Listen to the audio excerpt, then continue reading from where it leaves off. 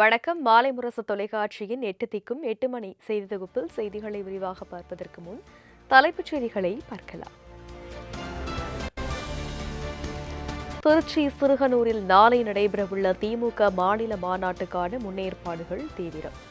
10 லட்சம் பேர் பங்கேற்பார்கள் என எதிர்பார்க்கப்படும் நிலையில் குடிநீர், உணவு வசதிகள் உள்ளிட்டவை ஏற்பாடு.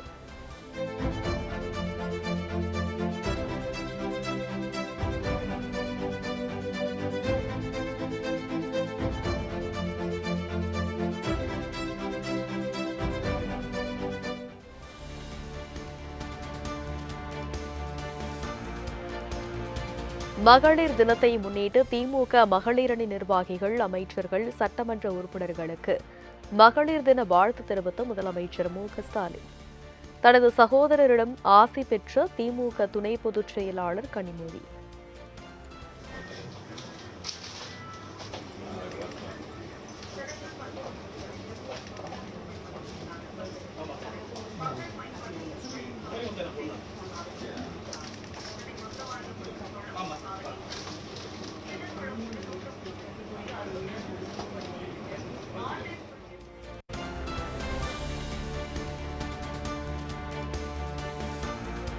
சேலத்தில் அதிமுக சார்பில் மகளிர் தின கொண்டாட்டம். மகளிர் அணி நிர்வாகிகளுடன் கேக் வெட்டி கொண்டாடிய கட்சியின் பொதுச் செயலாளர் எடப்பாடி பழனிசாமி.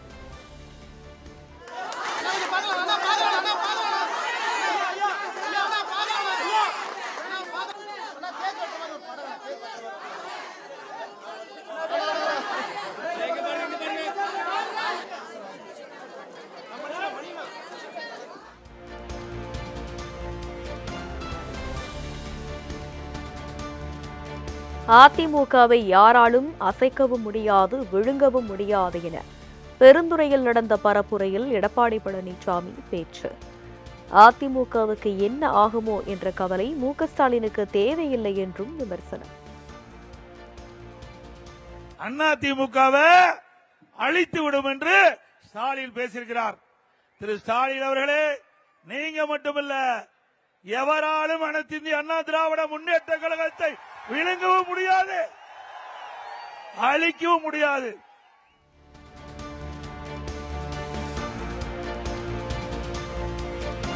ஆமை புகுந்த வீடு எப்படி விளங்காதோ அதேபோல ஓபிஎஸ் வருகையால் திமுகவுக்கு தான் ஆபத்து காத்திருக்கிறது. அதிமுகவில் இருந்த களைகள் பறிக்கப்பட்டு விட்டதால் கட்சி இன்று செழித்து வளர்ந்து நிற்பதாகவும் பேச்சு.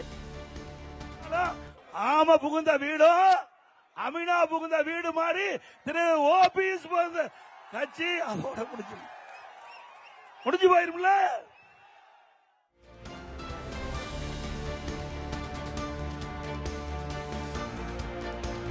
மேற்கு வங்கத்திற்கு சுற்றுப்பயணம் மேற்கொண்ட குடியரசுத் தலைவர் திரௌபதி முர்மு, முதலமைச்சர் மம்தா பானர்ஜி, அமைச்சர்கள் என யாரும் வரவேற்க செல்லாததால் கடும் அதிருப்தி.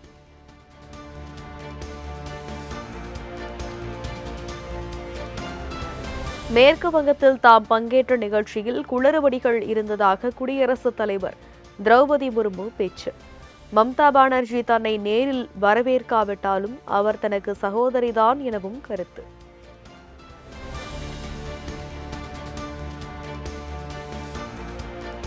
ஒவ்வொரு கட்சி தலைவர்களும் அவரவர் விருப்பப்படி தேர்தல் அறிக்கையை வெளியிடுகிறார்கள்.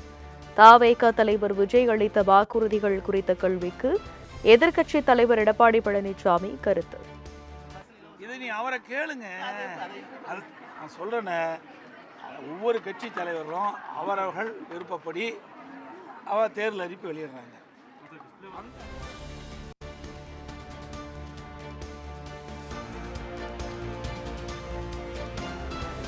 சென்னை சத்தியமூர்த்தி பவனில் மாநில நிர்வாகிகளுடன் காங்கிரஸ் தேர்தல் பார்வையாளர் முகுல் வாஸ்னிக் ஆலோசனை.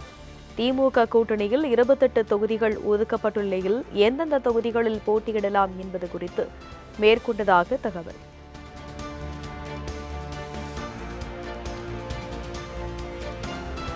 தனது மகனை காவல்துறையினர் அடித்தே கொன்றுவிட்டதாக உயிரிழந்த கைதி ஆகாஷின் பெற்றோர் பரபரப்பு குற்றச்சாட்டு.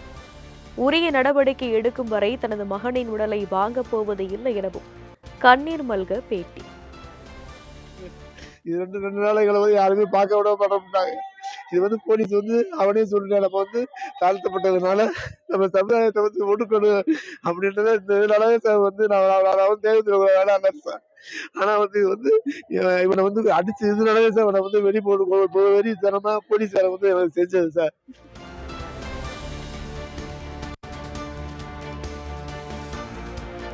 கும்மிடிப்பூண்டியில் இலங்கை தமிழர்கள் மறுவாழ்வு முகாம் தலைவர் கொடூர கொலையில் பெண்கள் உட்பட 6 பேர் கைது. கொலையாளிகள் மீது உரிய நடவடிக்கை எடுக்க கோரி முகாம் மக்கள் சாலை மறியல், போலீசாருடன் வாக்குவாதம்.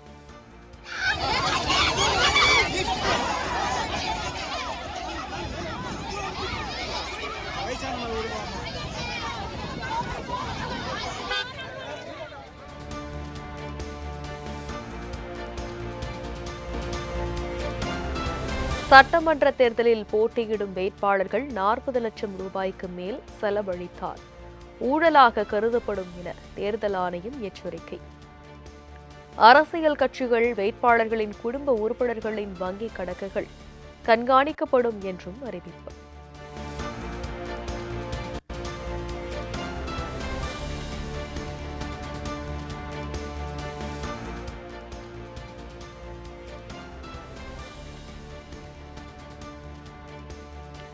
நாளை தொடங்குகிறது நாடாளுமன்ற பட்ஜெட் கூட்டத்தொடரின் 2வது அமர்வு. சபாநாயகர் ஓம் பிர்லா மீது நம்பிக்கையில்லா தீர்மானத்தை எதிர்க்கட்சிகள் கொண்டு வந்துள்ளதால் பரபரப்பு.